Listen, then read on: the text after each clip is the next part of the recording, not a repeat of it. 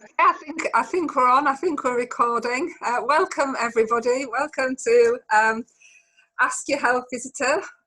We are here for you. We're delighted to be part of Maternal Mental Health Week and partner with the Perinatal Mental Health Partnership to bring you this session to talk about what support is there from your health visitor. We recognise that being a parent, becoming a parent, being pregnant is one of the most wonderful of times. It's almost one of the most difficult of times as well. And there's challenges usually without the added additional challenge of the COVID pandemic as well. We know that parents are feeling understandably worried. So hopefully during the course of our 30-minute session today, we'll be able to give you some guidance and advice to reassure you about that your health visitor is here to support you and your family. So if you, your partner or your infant, if you're worried about your family's physical or mental health and emotional well-being, your health visitor is here for you. We've got about 30 minutes to be with you, and we've had a lot of questions coming in, so we're hoping that we'll be able to answer most of them throughout this session. So I'm going to stop and just pause and introduce myself, which I should have done at the beginning. We're just rapidly getting used to this virtual world and these virtual platforms and being filmed. I don't think any of us sat here today are in our comfort zone, so bear with us. So my name's Nolita Walker. I'm the mental health lead with the Institute of Health Visiting, and I'm delighted to be here today. Rachel, can I go to you, please? Hello, I'm Rachel Parker and I'm a Professional Development Officer for Perinatal and Infant Mental Health with the Institute of Health Visiting, and it's great to be here. Thank you. And Julia?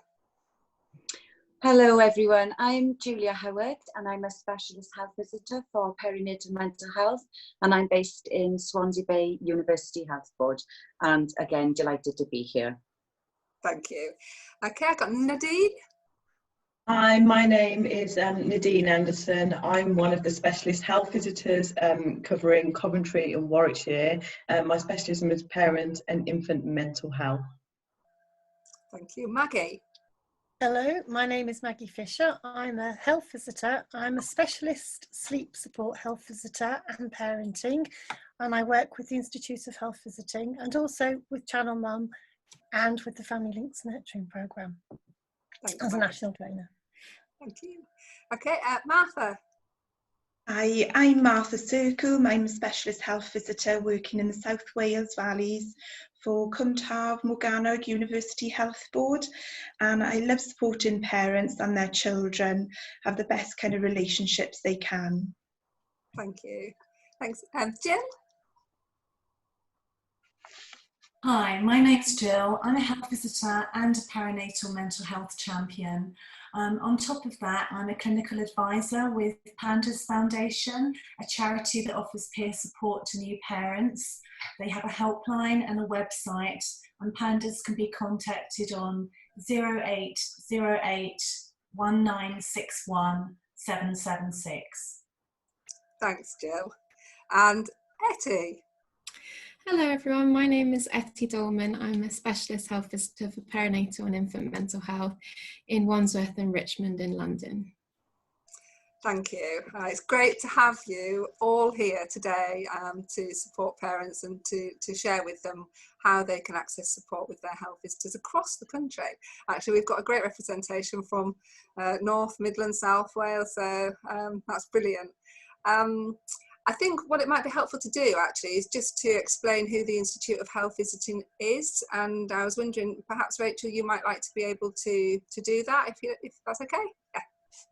Yeah, that's great. Thank you, Melita. The Institute of Health Visiting, we're a professional and academic body, and we're a charitable organisation, and our key aim is to ensure that every baby and child is happy, healthy and safe, and that every family is supported in their journey to do that. We strive to reduce health inequality, and we do this by ensuring excellence in health visiting practice. We can't do that alone, so we work with lots of organisations and individuals. We've got a fantastic website that's got lots of information about parenting on it. The information is written by experts and it's peer reviewed. So I would really encourage you to look at the website. We have developed a page called Parenting in COVID, and it's to support you during this really difficult time during the pandemic. We also have parent tips as well, so various parent tips on looking after your emotional and mental health and other aspects of parenting. So visit the website and have a look. Rachel, Thanks, did you want me to share during that little bit? I think I was meant to try screen sharing there, was I? Should I bring up the website so people know knows what it looks like, or shall I try? I'll try. Okay. 1 moment, and we're going to. There. Is that there for you? Yep. Yes, that's it. So that's the homepage for the Institute, and also the parenting during COVID-19 page. And there's lots of sections in there that you'll find really helpful. Lots of different support avenues and things you can do to connect with other parents, and ideas of ways in which you can develop new links as a parent. Okay, I'm going to stay there. I think it might be really helpful because we've got one of our parent tips being launched today, haven't we? It's hot off the press, and maybe if I could just share one of those so people know what they look like. So these are, do you want to explain what a parent tip is? I find it. Yeah, sure. So we produce various parent tips, and they're written by experts, sometimes parent experts or professional experts, and just give you guidance on how to manage particular aspects of parenting. This one is about understanding your mental health and emotional well-being during pregnancy and after the birth of your baby. And there's lots of really useful information in there about how you might be feeling, perinatal mental health conditions, and how you can access support, things you can do to support yourself. Thanks, Melita, for sharing that. You're welcome. I'm delighted it worked. We're getting used to this, aren't we? I know this virtual brave new world. Okay, that was brilliant. Thanks very much, Rachel. Maggie, I was wondering, I was thinking it would be really helpful if you might be able to just explain what the role of the health visitor is and what they usually offer. I think that probably is often misunderstood. I think it'd be great just to have that at the front end of this recording, if you don't mind. Sure, thanks, Melita. Well, health visitors are all qualified nurses. Many are midwives as well and undergo a further year specialist training to become health visitors. We are family visitors, and we visit all parents from the start of pregnancy to age 5, when then we hand over to the school health service, although sometimes we do still work with families beyond that. We offer sort of a wide range of different services. We have a mandated offer, and you get a basic universal service. You do developmental reviews. We are very much family and child health workers. We support families with everything to do with being pregnant, having babies, bringing them up, having children. Very concerned with all of the family's health and well-being, maternal health and well-being as well. We talk to you about your immunisations and do the developmental reviews. Anything to do with behaviours, sleep, weaning, feeding, you name it, basically we cover it. No question is too daft to ask us. Please do ask us. We just want you to get the most out of being healthy and enjoying your babies and children throughout life. Is there anything anybody else wants to add to that? I think you got that there, Maggie. I think that was great. So yeah, thank you very much. Are we okay to move into the questions that we've been sent at this point? Yeah, because thank you for those of you that have sent your questions in. They're really insightful for us to have a read and think about, and we've grouped them together into some of the themes. So we hope that we can answer most of the queries and the questions that you've sent in. If there's anything that you want to ask afterwards or we don't cover, then please just get in touch through the Perinatal Mental Health Partnership, and we're happy to respond.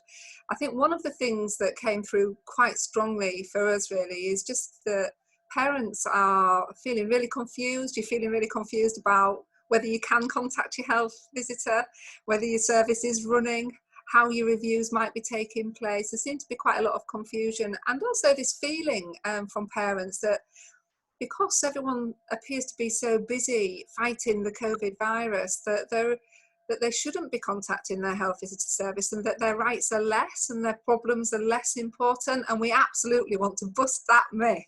You are important. We do want to hear from you. So I think one of the ways I thought might be most helpful to illustrate that your service is there, although it might be running a little bit different, is to actually just ask our specialist health visitors and our expert health visitors who are in clinical practice what's going on in their area and how they are operating. So maybe if I could come to you, Julia, first, and ask you, what's your service looking like at the moment, and are you there for parents and their infants? Hi, Melita. Yes, certainly. We're very much there. We're the same, really, as I would sort of always been, you know. I mean, I know we're not doing as many sort of visits in a trust that I work with. We're still doing sort of the new birth visits, but health visitors are still contactable as they've always been. They're still there to sort of do sort of listening visits, and they can sort of contact them just the same really as you know they've always been able to. And if you've got, you know, a mum that's sort of suffering, particularly now due to this sort of COVID, you know, the health visitors are still there, as I said, to do listening visits, and I also support them. Mums on a sort of a weekly basis. To be honest, I've been doing that, you know, over the last sort of 5 weeks, and that's been sort of really sort of beneficial as well. So yes, you know, just contact the health visitors as you would normally do. Thanks very much, Julia. Nadine, how is it up in the Midlands, or down in the Midlands if you're based in the north like me? In Coventry and Warwickshire, we are very much encouraging people to contact the health visitors if they are worried about their own health and well-being or that of their child. We have a chat health service, a text service, so parents are very welcome to use that service, or they can contact us on our local health visiting team phone numbers. We're also offering face-to-face contacts for those who health visitors deem need them. So we're tailoring our service to those that need those kind of face-to-face contacts, and that might look a little bit differently because we're having to use PPE when we're coming into home. So just be mindful of that. We are also as specialist health visitors working alongside a local organisation called By Your Side, and they have a Facebook page, and every Tuesday morning we are available to speak to in their coffee mornings. Alongside that, we are also offering video interaction guidance, which might be something that you've heard about over the past couple of years. And with this, we aim to kind of help support parents with their relationships with their children and to improve those relationships. So if that's something that you're interested in doing, then please contact your health visitor. And please reach out and don't suffer in silence. We just want to reiterate that message that we are here for you, and we would hate for you to kind of be struggling on your own during this really difficult time. Thank you, Melita.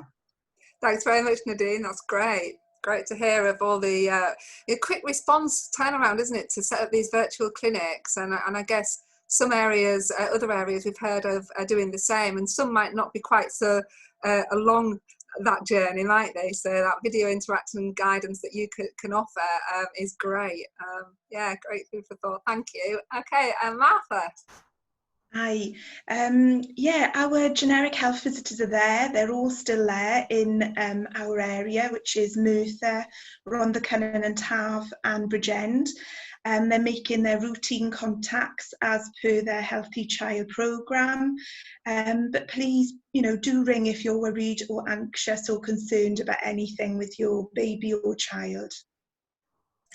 Thanks very much, Martha. And Etty? Good, thanks, Melita. Yeah, we're definitely still here to support you. And we've actually, our advice line, we've increased to doing it on the weekends as well, because we're really keen for you to contact us, perhaps even more than usual, because we know that you might not be getting support from family and friends that you would otherwise. So definitely do contact your health visiting team if you need them. We can signpost you to evidence-based resources that might help you. We can refer you to talking therapy services or specialist mental health teams if that's something that would help you. Similarly, we are doing most of our general contacts, so contacting some people antenatally, everyone for the new birth and the 6 to 8 week contact. Most of those contacts are either video contacts or telephone contacts now, unless we deem that you would need a face-to-face contact, which, like Nadine, we would come and see you then with the relevant PPE. We aren't doing development reviews at the moment, but a lot of our staff are returning from redeployment now that the situation in the hospitals is a bit better. So hopefully we'll start those up potentially virtually at the start. And I also do a support group for mums with low mood and anxiety, and we've done that virtually, so you can connect with other mums who might be struggling with their mental health at this time. So definitely we're still here for you. That's great, Etty. Thanks ever so much. And I think just a couple of points that you raised there really was, I suppose at the start of this pandemic, there was some health visiting services that redirected their health visitors or redeployed their health visitors to acute wards. But there's a recognition that health visitors are, increasingly there's that recognition that the mental health and the well-being of families is also very frontline, and so health visitors are frontline. So a lot of those health visitors are now coming back into services.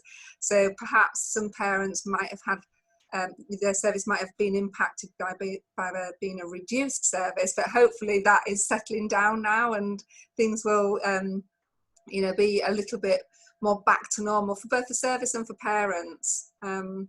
Is that what other people are experiencing in their practice? Yes. Yeah, definitely, Melita. I think a third of our health visitor workforce was redeployed, but we've heard now this week they're all coming back as of next week. So it's great really that they've been recognised, like you said, as frontline workers, and are going to be back really supporting families and children with their well-being, particularly during this time. Yeah, that's really wonderful to hear, because actually there's no more important job in the entire world than the parent being pregnant and having a baby. They're nurturing and raising and growing our future generation, and they need all the support that all of that brings, those challenges that come alongside that. So that's wonderful. Etty, you also mentioned that health visitors are linking in with their GPs and their maternity services and their specialists, perinatal mental health services and mental health services, talking therapies, peer support groups. I think one of the things that is often misunderstood about the health visitor role is that actually we know our communities really well. So if we're working with a parent and we can't resolve that issue for them or with them, then we probably know somebody nearby who can, and we can link them in with that. I mean, that is going back to what you said, Maggie, the health visitor role is all about working alongside parents to support them to get the best quality of life that they can for their children and for them, and that's affected by all sorts of things, from housing to mental health to peer support, lots of things, social isolation. So really important point, thank you. Does anybody else want to add anything to that particular question that we were asked around what support there is for health visitors? Or that there was, I think, Rachel, was there one question that we were asked that sort of was related to that we wanted to pick up on? I think, Melita, it's important that women who are currently pregnant also understand that during the later part of their pregnancy, they are able to access support from their health visitor. So it's really important that if they're worried, they have their midwife alongside them, but also their health visitor is there too, and they can start to get to know their health visiting service. So it's important that if they haven't heard from the health visitor, they pick up the phone and make contact if they've got any concerns. Yeah, that's great, thanks. And I think the health visitors that we spoke to were also, sort of had naturally some worries and anxieties about going into maternity services as well, didn't they? And I don't know, reassure them as much as possible, but it's maternity services and obstetric services have responded magnificently to this challenge, haven't they? And they've made their environments really a safe place to receive mums and their babies. I don't know if there's any of you that's having more queries or questions from parents about the actual birth from mums or dads. Well, definitely. I'd just say, generally speaking, we do contact everyone antenatally. Usually in my area we do groups, antenatal groups, and then if you've got any sort of identified vulnerabilities, so you've struggled with your mental health at all, or any other vulnerabilities that have been flagged to us, we would do a one-to-one antenatal appointment. We are doing those virtually, but we have suspended the groups at the moment. So you might not be contacted by us. In some boroughs, they are still contacting everyone antenatally. But I would just urge you that we recognise that now, if you're pregnant, it can be a very anxious time with all the changes. And so if you are struggling at all, then do contact us and we would do a one-to-one antenatal appointment then. We've seen a 20% increase in the traffic to the Channel Mum, with mums who are really worried about being pregnant and going for routine antenatal checks, and how about going in for delivery, and also new mums as well, worried about, can they ring their health visitor because they think they have this vision that we're all mad busy and we aren't there for them, no matter how small the problem might seem to them. They're worried about it, but they don't want to bother busy health visitors. And I think the message we want to get out is that, please, if you're worried about something, pick up the phone and talk to us, because we are there for you, and no question is too small for us. Please, if it's worrying you, then please contact us.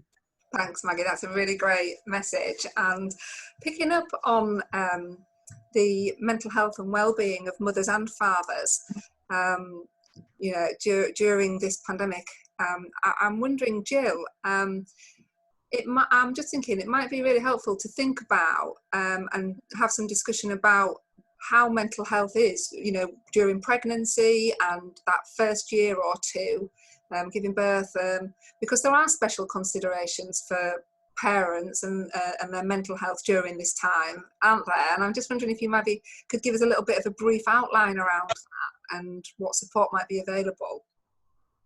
Absolutely. Anxiety and depression can both kind of rear their heads before baby's born in the antenatal period. And I think we've used the word vulnerabilities kind of in some of our other discussions. Some people are more at risk, so they may have had previous history of depression or anxiety, or they may have had a loss of a baby, or other kind of social things that affect how they're feeling at that time.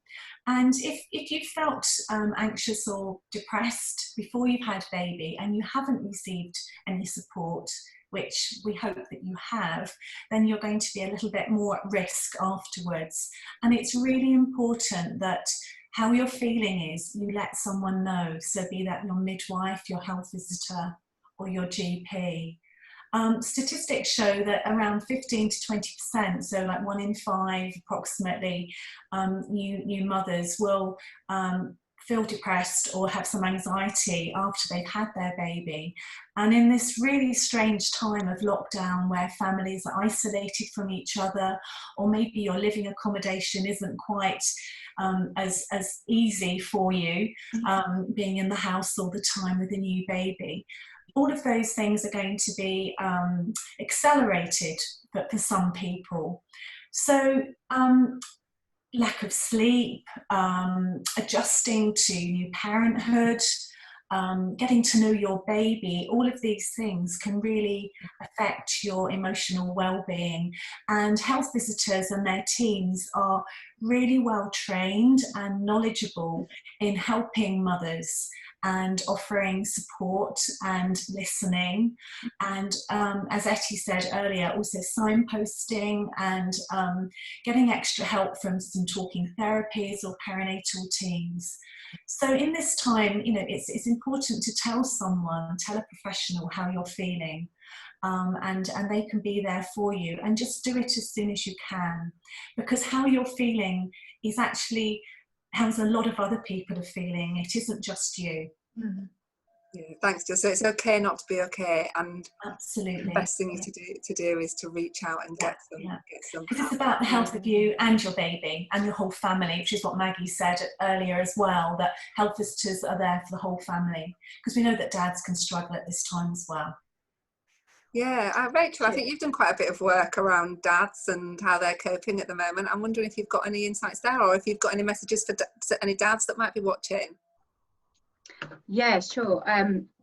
We know that this can be as much of a difficult time for dads as it is for mums, and that transition to becoming a parent is really quite challenging. It's fantastic, but it can bring challenges with it, and we know that dads are affected by that. So dads also can experience difficulties with their mood, and they can feel anxious. So again, it's really important that dads feel they can reach out to a health professional, they can speak to their health visitor, they can speak to their GP, or also ask their midwife questions as well, and we can signpost fathers to support. I'd just like to pick up on what Jill said, if I may, Melita. I just want to appeal to one mum in particular that we've had a question from, who contacted us to say that she's really struggling at the moment. She's struggling with her mood, and she's struggling to bond with her baby. And I just want to say thank you for getting in touch with us. And one of the key things that she said was an issue was that she was really worried about being judged if she contacted someone and said how she was feeling, particularly in relation to bonding with her baby. And I just urge you, if I could speak to you directly, to please contact your health visitor, pick up the phone and say, I'm struggling with my mental health at the moment. I'm struggling to bond with my baby, and they will offer you support. It's really important you do that. And if you're not able to contact your health visiting service, then I'd urge you to get back in touch with the Perinatal Mental Health Partnership, and we'll see if we can support you directly. But please get in touch, and thank you for your question. Thanks very much, Rachel. Yeah, and I completely echo that. Thank you for getting in touch. Lots of mums actually and dads feel that health visitors or the people that are part of their journey to parenthood and becoming parents, they are often in the literature, and often I've had it said to me when I've been in clinical practice, that they daren't talk about it because they think that the children are going to be taken away from them. They think they're going to be judged for being a bad mother or a bad father. And it's just so far from the truth. Is that other people's experience about that? Yeah, absolutely. We have a lot of mums and dads, channel mum, who post anonymously because they're too frightened to be honest. And we do always encourage them to talk to their health visitor, because they have this view that they will be judged, and their worst scenario that their babies will be taken away, and they don't realise that, you know, actually we are there to support people, and no one is going to sit in judgment on anybody else, and we just want to listen and help. And it's such a waste of a time you could be enjoying with your baby when you're feeling like that, and not reaching out and getting the help you need so that you can start to recover and get better back to your old self and start enjoying your baby. Thanks, Maggie. That's really, really helpful messages there, I think. Reassuring messages, I hope. Just thinking through some of the other questions that we've had. I think we've had a couple of questions on routines and sleep and feeding, and one particularly one mum actually was quite confused because she's received a number of different pieces of advice from a range of healthcare professionals. She's got a hungry 3-month-old baby boy, and she's been told that one of the ways that she might help him and her is to put rice in his bottle, baby rice, and to add an extra scoop of formula. I'm just wondering if anybody would like to pick up on that and respond. Shall I respond to that, Melita? Go on, Maggie. Yeah. It's difficult when you've got a very hungry baby who doesn't seem to be satisfied, and that often happens when they have a growth spurt, and it's just best to just go with the flow. Absolutely don't add any extra scoops to the formula, because that is really, really dangerous. It can cause dehydration and constipation. And also adding anything other than formula to the bottle is also really dangerous. So if they're hungry, just go with that. Talk to your health visitor. It's always good if you can have baby weighed. I know that's difficult in these times during the pandemic, but a lot of health visitors, if you're concerned about a baby's feeding or weight, they're actually doing clinics that are bookable, having a look at the baby's weight and on the centile, and just talking it through with your health visitor. We are available by phone as well, but absolutely please don't add anything extra to your baby's bottle. Just 1 scoop to 1 ounce of formula, 1 scoop per ounce. You can always just give an extra ounce of feed if that needs to be, just to top them up if they still seem hungry, and you can try offering a little small amount of cool boiled water. But it should settle down, because once the growth spurts, they get through that bit. Okay, thanks very much, Maggie. Add anything to that? Anybody else got any advice on infant feeding?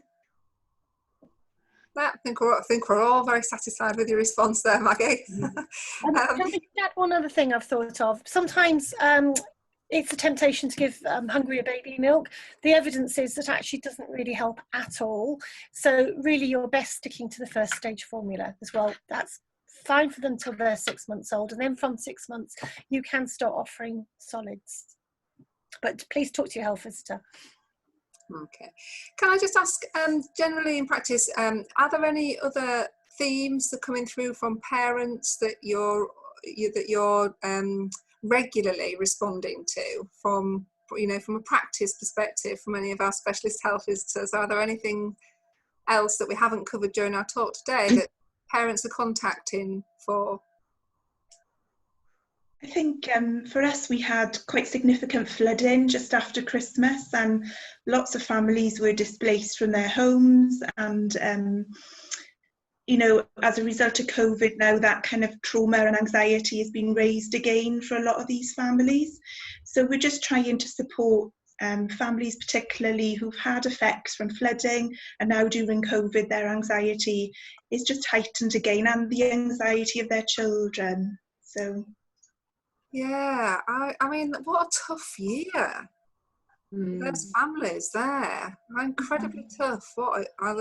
People won't forget this year, will they? No. And I think, during one of our forums the other week, a group of health visitors were discussing how, parents will reflect on this year, and they will perhaps be thinking about, how their journey was so incredibly different to what they imagined or anticipated. And so possibly one of the restoration or recovery things that health visitors are probably thinking about now is what is going to be the need from our families, and what we need to put in place. And I guess, just thinking forward, it might be around, talking through how your experience has been with your health visitor, because for some parents it might have been really quite traumatic. I'm just thinking about what you said, Martha, and what a challenge to have to come through 2 huge events in such a an already challenging time. Okay, thank you. And I think as well, the anxiety is sort of increased so much with them. It's a lot of parents are having sort of difficulty putting sort of routine and structure in place now as well, that the kids are home, and the homeschooling as well as, a lot of mums are saying they're having sort of, difficult with. Yeah, it's just the structure and routine around being sort of stuck at home. Yeah. Yeah, I'd say that as well. Quite a lot of mums worried about sort of their child's social development in terms of not being able to go to the baby groups and play with other children. So I'd say as well with that to contact your health visitor, because in Richmond and Wandsworth we've pulled together some resources to try and help parents, give them ideas of what to do with children at home, and a lot of the children's centres are doing virtual online activities and things as well, so we can help you to think through that as well. That's really helpful, because I think, Nadine, in your area as well, there's a daily group that parents can pop into just to meet other parents, isn't there, that you've pushed out to all parents. That's right. There's a group running by your side, and that's a couple of times a week. If you join on their Facebook page, you'll be able to see that parents can kind of drop in and out of those, and it doesn't have to be with a video camera at all. It can just be, you can be listening in, or you can just speak on those calls. So that is available for parents. And just to reiterate as well, is that we've talked quite a lot about young babies and young children, but actually lots of parents will be worried about their children going to school this year. And again, just to pick up on what Etty was saying about their social development and their kind of emotional development and their speech communication and all of those things that are on our minds. And there are lots of resources online. If you live in Coventry and Warwickshire, you can contact your health visiting team, and we have kind of created a resource pack that parents can access and to kind of support them in their this journey through this really difficult time. And I know services like speech and language therapy in our area are still running business as normal, but all kind of in a virtual way. So please reach out to us, and we can signpost you or speak with the professionals that you need to speak with at this time. Yeah, thanks for that. I think it is incredibly tough being at home with children without the usual supports, isn't it? And I guess, the most important thing is don't succumb to the pressure of feeling that you have to be super mum or super dad. I don't think that you have to know your times table and go through all those lesson plans that have been either shoved through your letterbox or emailed to you. A happy mum and a happy dad is more important for your child's health and well-being and development. So look after yourself first, I think. But great that there's other helpful resources that are on offer. And I think, coming back to what you just said, Nadine, if you're worried about your child's development or yourself, then contact your health visitor.